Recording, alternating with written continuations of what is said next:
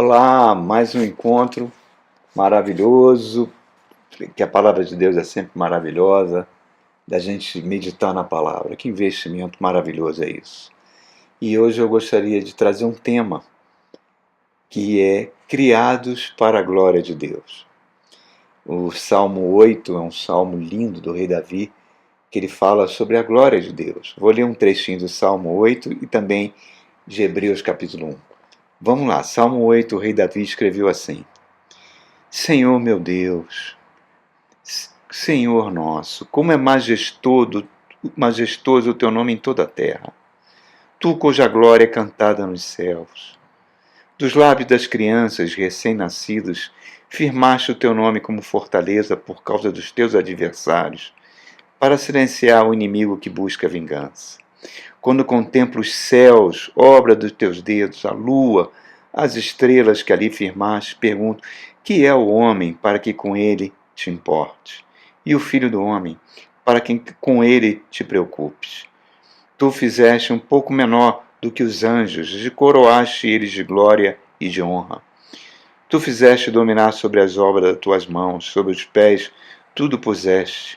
Todos os rebanhos e manadas, até os animais selvagens, as aves do céu, os peixes do mar e tudo que percorre a vereda dos mares. Senhor, Senhor nosso, como é majestoso o teu nome em toda a terra. Que salmo é lindo, né? Acho que o rei Davi devia estar cuidando ali do rebanho, né? Quando ele era pastor de ovelhas, vendo aquele céu estrelado maravilhoso, na comunhão com o Senhor Deus, deve ter escrito esse salmo magnífico. Mas vamos ver mais sobre a glória de Deus. Vamos no primeiro capítulo da carta aos Hebreus. Fala assim: há muito tempo Deus falou muitas vezes de várias maneiras aos nossos antepassados, por meio dos profetas, mas nesses últimos dias falou por meio do Filho, a quem constituiu o herdeiro de todas as coisas e por meio de quem fez o universo. O Filho é o resplendor da glória de Deus, é a expressão exata do seu ser, sustentando todas as coisas por sua palavra poderosa. Depois de ter realizado a purificação dos pecados, ele se assentou à direita da majestade nas alturas. Agora, mais um verso. Apocalipse capítulo 4, os 24 anciãos se prostram, saem, eles estão em tronos de glória, tem coroa, a gente não sabe quem são esses 24 anciãos, a Bíblia não fala. Alguns dizem que são os apóstolos de Jesus junto com os patriarcas de Israel, mas nós não sabemos. Sabemos que eles detêm uma autoridade imensa, né? Então vamos ver, fala assim, Apocalipse capítulo 4, verso 9. Toda vez que os seres viventes dão glória, honra e graças àquele que está sentado no trono e que vive para todo sempre. Os 24 anciãos se prostram diante daquele que está sentado no trono e adoram aquele que vive para todo sempre. Eles lançam as suas coroas diante do trono e dizem: Tu, Senhor, e Deus nosso, és digno de receber a glória, a honra e o poder, porque criaste todas as coisas e por tua vontade elas existem e foram criadas. Você já se perguntou por que você está aqui? Por que você está vivo? Essa é uma pergunta que norteia todas as religiões, todas as filosofias, né? A Bíblia dá uma resposta muito clara. Nós fomos criados por Deus e para Deus. Cada ser humano que nasce tem um propósito que Deus estabeleceu para a vida desse ser humano. Qual é? Glorificar a Deus. Nós nascemos, fomos criados para a glória de Deus. Quanto tempo nos resta, não sabemos. Mas que a gente possa, no tempo que nos resta, glorificarmos a Deus. Reparem, irmãos, quando Deus fez Adão e Eva, o casal, eles foram feitos semelhantes a Deus, com um corpo de glória. A gente não consegue nem imaginar, né? Cristo, quando saiu daquele túmulo, no domingo da ressurreição, saiu com o mesmo corpo de glória. A Bíblia diz que nós teríamos esse corpo de glória, que não envelhecerá, não ficará doente, será um corpo imortal. É o grande presente da salvação. que vai acontecer quando Cristo voltar na sua segunda vinda. Mas olha só, Adão pecou, Adão foi transformado num novo ser, o ser humano perdeu a glória de Deus, perdeu a imago Dei, a imagem de Deus. Mas o propósito de Deus continua o mesmo, né? Que esse ser humano reflita a sua glória. A glória de Deus é a sua natureza, é o seu caráter, é o seu poder. Como nós perdemos a glória de Deus, nós podemos ver a glória de Deus como? Na criação, na natureza, né? Basta olhar à nossa volta e ver como esse mundo é fantástico, como esse planeta é fantástico, como tudo obedece a uma inteligência fantástica. Se a Terra estivesse um pouquinho mais perto do Sol, milímetros mais perto do Sol, nós iríamos derreter com calor. Um pouquinho mais afastadinha, nós iríamos congelar. Se a Lua estivesse um pouco mais próximo do que a sua órbita, as marés inundariam a Terra. Quer dizer, tudo obedece a uma lógica perfeita. Assim como é no macrocosmo, no universo todo que foi criado para a glória de Deus, é também no microscópio. Naquele corpo mínimo, numa célula, você vê toda a perfeição. Tudo aquilo obedece a uma lei fantástica, a uma inteligência que está por detrás fantástica. Aquelas constelações maravilhosas que os telescópios espaciais como o Hubble trouxeram para nós, aquelas fotografias lindas, mostra aquelas galáxias incríveis, a Terra apenas um pontinho. Tudo isso mostra a glória de Deus no pôr do sol, numa borboleta. Enfim, a gente pode aprender sobre a glória de Deus olhando a criação de Deus. Romanos 1 diz que o ser humano, que a humanidade é indesculpável porque tem a criação e se recusa a dar glória a Deus. Por isso que a gente sempre fala, né? O ateísmo não é um problema filosófico, ideológico. O ateísmo é um problema moral. Moral. Porque um ateu, ele se recusa a ver a verdade. Eu, quando estava na Marinha, eu tive o privilégio de ir a cada lugar muito legal com os navios, né? Antártida, Atol das Rocas, Ilha da Trindade. Certa feita, eu fui nos Penedos, São Pedro e São Paulo, que são rochedos mais afastados da costa brasileira, limite leste da costa brasileira. Fui com a equipe da Globo, embarcou no navio, havia aquele repórter Francisco José, a gente mergulhou naqueles Penedos. Eu fiquei maravilhado com aquilo tudo, com aquela visão fantástica. Só me restava dar glória.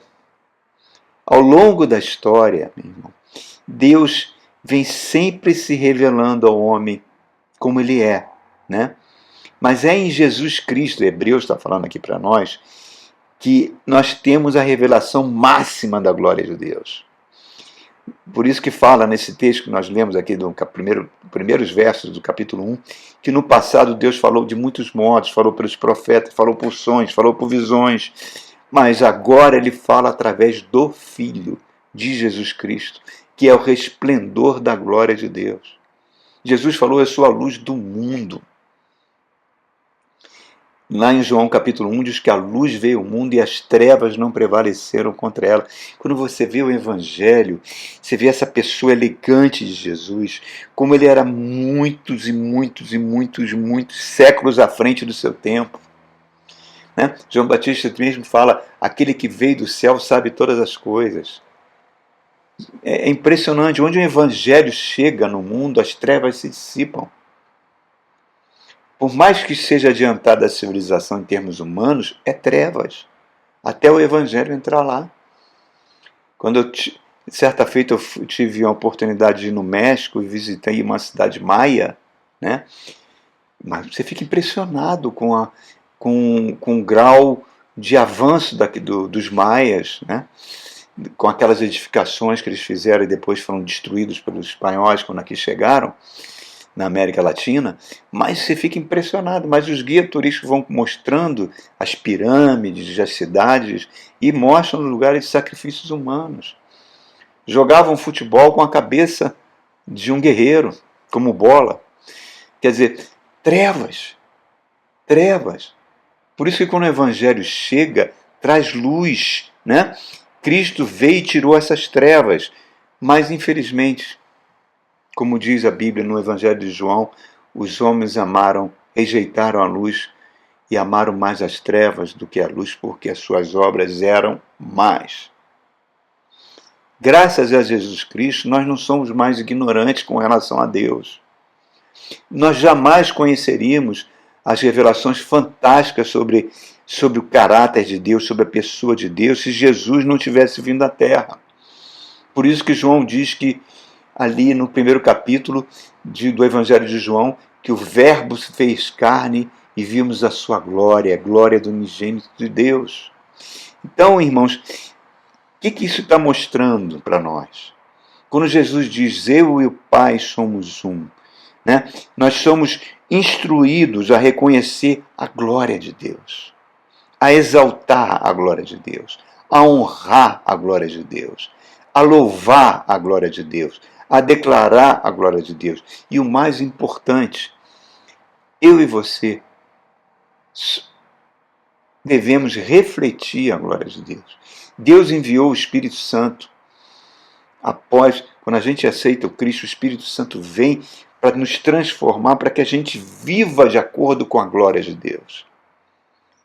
Deus que fez tudo o que existe, irmão. Nós estamos vendo essa passagem aí de Apocalipse capítulo 4. Os 24 anciãos se prostram, declarando que Ele criou todas as coisas. Tudo que foi criado louva a glória de Deus. Só existe duas classes de seres criados que não louvam, que não dão glória a Deus. Primeiro é Satanás e os anjos caídos que se transformaram em demônios. E segundo, a humanidade. Né? É muito triste. Essa incapacidade que nós temos de glorificar a Deus, porque nós colocamos muitas coisas acima de Deus, nossos interesses, nosso lazer, tudo que a gente coloca acima de Deus é uma forma de idolatria. Isso reflete uma rebelião, uma ignorância, que é a marca do caráter de Lúcifer, que o homem herdou. Por isso que em Romanos capítulo 3 declara que todos pecaram e todos carecem da glória de Deus.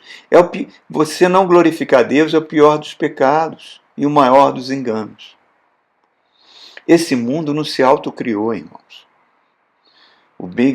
Teorias humanas como do Big Bang, de todas as outras coisas, o caos não cria a perfeição. Deus nos criou exclusivamente para mostrar a sua grandeza e para que a gente reflita essa glória, para que a gente seja realmente filho de Deus. Então, o nosso objetivo de vida é glorificar a Deus, mas glorificar é, antes de tudo, um ato de rendição. Rendição ao senhorio do Cristo, rendição ao Espírito Santo de Deus. Só que é uma palavra muito mal vista, essa palavra rendição. Ela sempre traz a ideia de derrota numa batalha, numa competição, a capacidade de a gente capitular diante de algo mais forte, de um mais forte do que nós. Nós não gostamos dessa palavra rendição. Rendição não é uma palavra que a gente gosta. A gente gosta de falar de sucesso, de vitórias, né? Mas não gostamos de falar sobre complacência, sobre submissão, sobre obediência, sobre santificar. As pessoas vão à igreja não para buscar a glória de Deus, não para glorificar a Deus. Muitas vezes as pessoas vão à igreja para pedir uma bênção, uma cura, para pedir uma prosperidade, uma porta de emprego. Tudo isso é legítimo, irmão, mas esse não é o principal motivo que nós devemos cultuar a Deus, e sim para glorificá-lo. Mas isso necessita uma mudança dentro de nós. E a mudança sempre envolve coragem. Coragem para entregar o controle da nossa vida nas mãos de Jesus Cristo. As pessoas sofrem, são infelizes porque não se rende a Deus. Essa é a verdade, irmão. E render a Deus é deixar de glorificar a Deus. O Brasil, em 2015, o Ministério da Saúde disse que a população brasileira, quase 10% da população brasileira, sofria de crises, de doenças mentais, principalmente a depressão e a ansiedade. Em 2024, quer dizer, aí vamos botar mais 10 anos, esse número já chegou a 20% da população brasileira. Vamos botar aí, quase 30 milhões de brasileiros sofrem de depressão. A depressão é essa doença mental que gera falta de apetite, perda de interesse nas atividades da vida, a memória está sempre falhando, uma tristeza profunda, uma sensação de desamparo e até de pensamentos suicidas. Ansiedade são sintomas diferentes, né? As pessoas têm insônia, medo, síndromes, sintomas de pânico. São sintomas diferentes, mas essas duas doenças trabalham juntas na mente dos seres humanos e cada vez mais estão conquistando mais pessoas. Semana passada eu estive na farmácia e conversei com um rapaz na hora que eu fui pagar a conta. O rapaz estava no caixa, o funcionário, e eu perguntei qual a classe de remédios que mais vende aqui. São antibióticos, são vitaminas? Ele falou, não, os que mais vendem são os remédios tarja pretas para depressão, para ansiedade. São remédios caríssimos, mas vende muito. Às vezes pessoas levam 4 ou 5 remédios desse tipo. E isso não traz cura, irmão. Pode trazer alívio de sintomas, né? Anestesiar, fazer a vida ser meio cinza. Mas não traz a cura. A cura existe quando a gente passa a reconhecer Deus, a se render a Deus, a glorificar a Deus. E aí eu queria agora comentar com vocês um manuscrito escrito por Santo Irineu. Um santo cristão, né, considerado um dos pais da igreja primitiva. Ele viveu ali por volta do século II da nossa era. E ele escreveu sobre a glória de Deus e fala como ter plenitude de vida, como aquilo que Jesus fala, eu vim para que tenham vida abundante, pode se tornar uma realidade. Irineu associava isso com a nossa capacidade de glorificar a Deus. Então a primeira coisa que ele fala para a gente ter uma vida plena é adorar a Deus. A nossa maior responsabilidade é adorar a Deus. É mais do que louvar, é mais do que orar, é um estilo de vida que compreende um amor a Deus, que a gente manifesta os frutos do Espírito Santo e te dá uma consciência que nós não somos donos de nós mesmos. Que a nossa vida é emprestada, que Deus nos deu a vida pertence a Ele, e que a gente só funciona quando a gente glorifica a Deus. Reparem, irmãos, uma coisa importante aí. Efésios capítulo 2 fala que nós éramos escravos do pecado, escravos de Satanás, mortos de nossos delitos e pecados. E Deus, pelo grande amor que Ele tem por gente, nos resgatou desse tipo de vida. Aí agora nós pertencemos a Cristo. Somos escravos de Jesus? De certa forma, sim. Porque a nossa vida não nos pertence. Então, quanto mais eu tiver essa consciência que Jesus é o Senhor da minha vida, que eu tenho que fazer o possível para agradá-lo, eu estou adorando a Deus. Eu estou permitindo que o Espírito Santo transforme-me no templo dele. A Bíblia diz que nós somos o templo do Espírito Santo. Então, nossas atitudes, as palavras que a gente profere, né, as coisas que fazemos, somos honestos em tudo. Enfim, isso está refletindo realmente a pessoa do Espírito Santo habitando em mim? A gente tem que estar sempre se perguntando, fazendo esse questionamento, irmãos. Tá? Então essa é a primeira coisa que Irineu falou. Vamos adorar a Deus. Ele veio em minha vida num dia especial. Mudou meu coração para o outro sem igual. A gente canta isso na igreja. Não é? Porque é o ar que nós respiramos. Deus busca adoradores. Se Ele busca é porque é difícil encontrar. Então que a gente se torne um adorador. E isso tem tudo a ver com o primeiro mandamento do Senhor Jesus. quando ele é questionado pelo escriba judeu, que pergunta qual é o principal mandamento da lei, ele fala: ouve, ó Israel. Ele junta 2 versos de Deuteronômio e Levítico para falar isso. Ouve, ó Israel. Amai o teu Deus de todo o teu coração, de toda a tua alma, de todo o teu entendimento e com todas as tuas forças. Esse é o principal mandamento da lei. E ele fala: e o segundo, amai o próximo como a si mesmo. Esse segundo tem tudo a ver com o segundo conselho de Irineu. Nós damos glória a Deus quando a gente ama o próximo. Romanos capítulo 13 fala o seguinte: não devemos dever nada a ninguém. Não devemos ter dívida de dinheiro, dívida de impostos, dívida de aluguel, enfim, não deva nada a ninguém, exceto o amor. Somos devedores em amor. Jesus falou: sereis conhecidos como meus discípulos se amardes uns aos outros. A gente honra a Deus que a gente não vê, amando o próximo que a gente vê. Só que isso é muito difícil. É muito difícil. A nossa natureza não suporta isso. A nossa natureza quer ser amada, mas amar é muito difícil. Por isso nós precisamos da ajuda do Espírito Santo. Em quanto tempo que nos resta aqui? Não sei. Cada dia está mais próximo da nossa partida. Qualquer dia vai chamar a nossa senha lá no céu, nós vamos ter que partir dessa vida. O tempo que nos resta é um tempo que a gente tem que aprender a glorificar a Deus. E a gente glorifica amando o próximo. É aprendizado. Amar é um aprendizado. Não é sentimento. É uma decisão da nossa vontade. A igreja é um ótimo laboratório. Familiares também, às vezes, tem familiares que são muito difíceis, né? E a gente tem que amar. Aprender a amar. Então, reparem, queridos, Watchman Nee, no seu livro, ele não escreveu esse livro, foi compilado das palestras que ele fez, que ele morreu numa prisão comunista na China.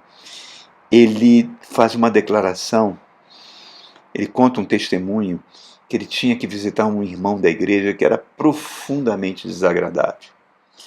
Ele criticava o tempo todo, ele falava mal de todo mundo, e ele sentia, quando ele acabou, sempre que ele estava com esse irmão, ele sentia pesado, cansado, era um verdadeiro sofrimento. E parece que o pastor da igreja pediu para ele visitar esse irmão, porque ele estava doente. Ele falou: meu Deus, eu vou ter que ir lá na casa dele. Ele disse que orou antes, pediu uma ajuda ao Espírito Santo: por favor, o senhor sabe como é difícil conviver com essa pessoa, como é difícil visitar. Me dá a unção necessária para nesse tempo que eu estiver lá com ele, seja um tempo agradável. E ele foi. E disse que passou 1 hora na casa do irmão, nem notou o tempo falar. Diz que o irmão estava super simpático, não falou mal de ninguém, não fez nenhuma fofoca. E ele disse que foi 1 hora que passou voando e foi muito agradável. Por quê? Porque o Espírito Santo estava à frente. O Espírito Santo estava dando a unção necessária. Então é isso. É isso que Irineu está falando. Amar a Deus é adorar a Deus. Amar o próximo também é adorar a Deus. Damos glória a Deus quando a gente... Terceira coisa que ele falou, quando a gente se torna parecido com Jesus. Você vê nos evangelhos. Jesus é profundamente elegante no trato com as pessoas. Com aquelas pessoas que eram consideradas malditas pelos religiosos, né? Cobradores de impostos, prostitutas. Jesus recebia todo mundo, irmãos. Sem acusação, sem preconceito. Ele recebia todos e tratava todos com muita elegância, com muito carinho, com muito amor. Paulo, quando vê a igreja, manda Timóteo para a cidade de Corinto para fazer um relatório para ele de como estava a igreja. Timóteo vem, Paulo fica horrorizado com as coisas que Timóteo conta e vai escrever uma carta, a primeira carta aos Coríntios. Lá no capítulo 11 ele fala assim, gente, vocês perderam o referencial. Vocês não conseguem imitar mais Jesus. Porque vocês têm tanta briga entre vocês, estão sempre se degladiando, um monte de facção da igreja, um diz que é de Apolo, outro diz que é de Paulo, outro diz que é de Pedro, outro diz que é de Jesus. Vocês perderam o modelo, então façam o seguinte, imitem a mim, porque eu sou imitador de Cristo. Enquanto eu viver, eu quero imitar Jesus. Irmãos, isso é um ato de tanta maturidade na fé, irmãos. Se a gente conseguir isso, nos esforçarmos para falar como Jesus falava, pensar como Jesus pensa. Eu não posso me dar ao luxo, irmãos, de ter raiva de alguém, ódio de alguém, não liberar perdão. Não posso me dar esse luxo. Porque senão os demônios vão atuar na minha vida. Se eu não libero perdão, os verdugos vão atuar na minha vida. E o Espírito Santo vai usar todos os instrumentos que ele tiver à mão para que a gente aprenda a parecer cada vez mais com Jesus. Ele vai usar as pessoas, às vezes pessoas que nos ferem, ele vai usar a palavra de Deus, ele vai usar o tempo daquela oração que demora a ser respondida, mas que tem que produzir paciência e perseverança, as circunstâncias negativas, frustrações, provas, enfim. Quando você veio para Jesus, nós já pregamos sobre isso, você foi matriculado no Instituto Teológico do Espírito Santo. E as matérias não tem como você colar, irmãos. São matérias de transformação da nossa natureza. A missão do Espírito Santo é nos preparar para a eternidade, para que a gente tenha foco nas coisas lá de cima. E como é que ele prepara? Transformando a gente cada vez mais parecido com Jesus, como os cristãos da cidade de Antioquia, da Síria. Né? As pessoas da igreja de Antioquia eram tão gentis, tão bondosos, o que o povo começou a achar, nossa, como eles são parecidos com o tal de Jesus. Vai ver que eles são cristãos. A palavra cristão significava pequenos cristos, que pareciam. Em Israel, os judeus messiânicos, os judeus que creem em Cristo, eles são proibidos de pregar o evangelho, porque senão eles vão perder a cidadania israelense. De judeus, vão perder plano de saúde público, escola gratuita. Então, eles são proibidos. E desde 1948 tinha muito poucos judeus messiânicos. Hoje tem milhares deles. Por que cresceram tanto?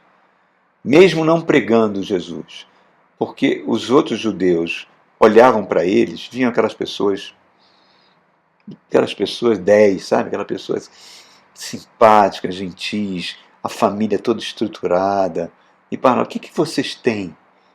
O que vocês têm que exala de vocês um bom perfume? Aí eles aproveitavam e falavam de Jesus. E o número não para de crescer, reparem. Não precisa nem pregar Jesus, basta viver como ele é. Então, essa é a terceira coisa que Irineu falou. Nós damos glória a Deus imitando a Jesus. A quarta coisa que Santo Irineu falou, no século II, olha como é tudo atual. Ele falou, nós damos glória a Deus servindo os outros com os nossos dons e talentos. Todos os dons e talentos vieram de Deus. Tiago fala lindamente que todos os dons perfeitos provêm do Pai das luzes, onde não há sombra de variação. Olha como é lindo isso. Quem ensinou Pelé a jogar bola foi Deus. Quem ensinou Beethoven a fazer aquelas sinfonias fantásticas foi Deus. Conta uma história que Beethoven ele tinha uma copista, né, que era uma musicista, que transcrevia os garranchos que ele tinha feito ali das partituras. Ela pegava com nanquim, pegava tipo um pergaminho e escrevia as partituras, né, assim, tudo perfeito, né, para serem publicadas. E ela era uma musicista. E uma vez ela viu ali uma colcheia fora de lugar, ela foi falar com Beethoven.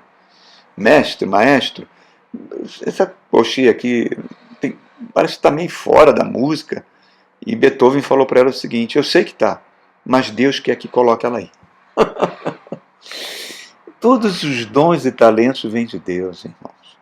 E nós vamos ter que dar conta disso. Jesus falou isso na parábola das minas, na parábola dos talentos. Por que a gente, sua inteligência, tudo que você tem é para servir o próximo. Por isso que Jesus adverte, para você não acumular riquezas, dinheiro, de uma forma egoísta, né? Ele conta a parábola do rico e do Lázaro, mostrando o perigo que é ficar rico. E a pessoa começa a botar o dinheiro como o seu Deus. Então reparem, irmãos, a política é uma coisa... Nós somos animais políticos, né? Política era para ser a arte do serviço.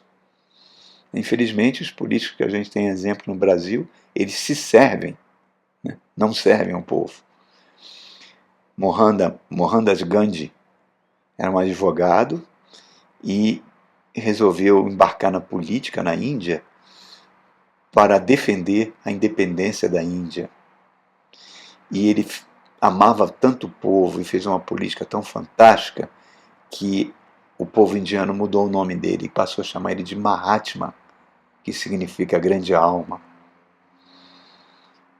Luther King era um pastor que usou a política em prol dos negros americanos.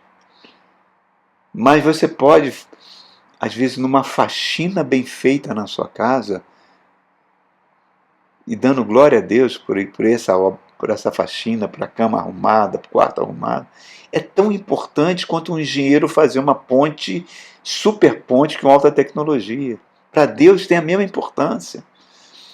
Um relatório bem feito, uma comida bem feita, tudo isso mostra o quê? Seus talentos, seus dons que Deus te deu. Por isso que Colossenses 3 fala, seja em palavra, seja em ação, façai tudo para Jesus Cristo, dando por Ele glória a Deus. Seja em ação, seja em palavra. Né? Se não for assim, irmão, vou fazer só aquele rame-rame, eu sou um funcionário público, eu ganho muito pouquinho. Gente, já pensou? Você chega num hospital, seu filho morrendo, e o médico fala, olha, não vou poder operar não, porque eu ganho muito pouco, e já está chegando, meu plantão está acabando, então não vou fazer só o básico. Se fosse assim, meu irmão, como é que a humanidade sobreviveria? A gente precisa servir o próximo, e nós damos glória a Deus servindo os outros com nossos dons, nosso talento. Generosidade, amor de Deus tem que encontrar em nós canais de bênçãos. Amém? A quinta coisa que Irineu falou, nós damos glória a Deus falando dele para outras pessoas. Deus não quer que a sua bondade e suas misericórdias fiquem em secreto. Ele quer que você abra a sua boca, que você fale, que você convide alguém para ir à sua igreja, que você leve Jesus Cristo para outras pessoas. É o maior dos privilégios. Às vezes eu sou convidado para pregar em alguns casamentos, em algumas bodas de casamento, e eu falo do Evangelho, eu falo de Jesus. E muitas pessoas que estão ali ouvindo, depois vêm falar comigo, dizendo que foi tocada por aquela palavra, isso me dá muita alegria, mas preste atenção, que me dá... Agora, será que elas vão se converter? Será que elas vão entregar a vida a Jesus? Não sei. Não sei. Porque aí não é mais ação minha. Eu sei que a palavra de Deus nunca volta vazia. Agora, se elas vão se converter ou não, é o Espírito Santo que cuida disso. Agora, a minha função é falar de Jesus. Levar Jesus ao mundo. Esse canalzinho aqui da Igreja Batista Palavra da Graça, a gente está fazendo isso. Hoje a mensagem de número 212, são 212 vídeos falando de Jesus. Para abençoar você, para que você compartilhe, leve, faça essa mensagem chegar para mais vidas, irmãos. Né? Isso tem um prêmio magnífico. E a última coisa que Irineu fala, sexto do ponto que ele fala, damos glória a Deus quando a gente já muda as nossas prioridades, os nossos compromissos e os nossos relacionamentos. E muitas vezes isso é difícil. É aquilo que Jesus fala, caminho estreito, porta apertada, porque a nossa natureza não quer fazer isso. Jesus passou por isso. Jesus no Getsemane, ele ora a Deus, ora ao Pai e fala, Senhor, passa de mim esse cálice. Eu não quero beber esse cálice. Mas seja feita a tua vontade, não a minha. Jesus travou a sua natureza e colocou a sua escolha na mão de Deus. E isso fez essa maravilha da salvação atingir a todos. O discípulo não está acima do seu mestre, irmãos. Nós, na nossa vida, vamos estar diante de encruzilhadas, de escolhas. Se a gente quiser viver para os nossos próprios objetivos, propósito, conforto, prazer, posses, o tempo que resta para a gente aqui não está sendo usado para glorificar a Deus, e isso é muito perigoso. Glorifique a Deus, mudando as suas prioridades, e você terá recompensas eternas. Não podemos ficar em cima do muro, irmãos. Nem ser frio, não ser morno, como a igreja de Laodiceia, que não era fria nem quente, Jesus vomitava ela. E você não tenha medo, achando que eu não vou conseguir amar, não vou conseguir aturar aquela pessoa. Verdade, você talvez não consiga, mas o Espírito Santo te dá forças para você conseguir.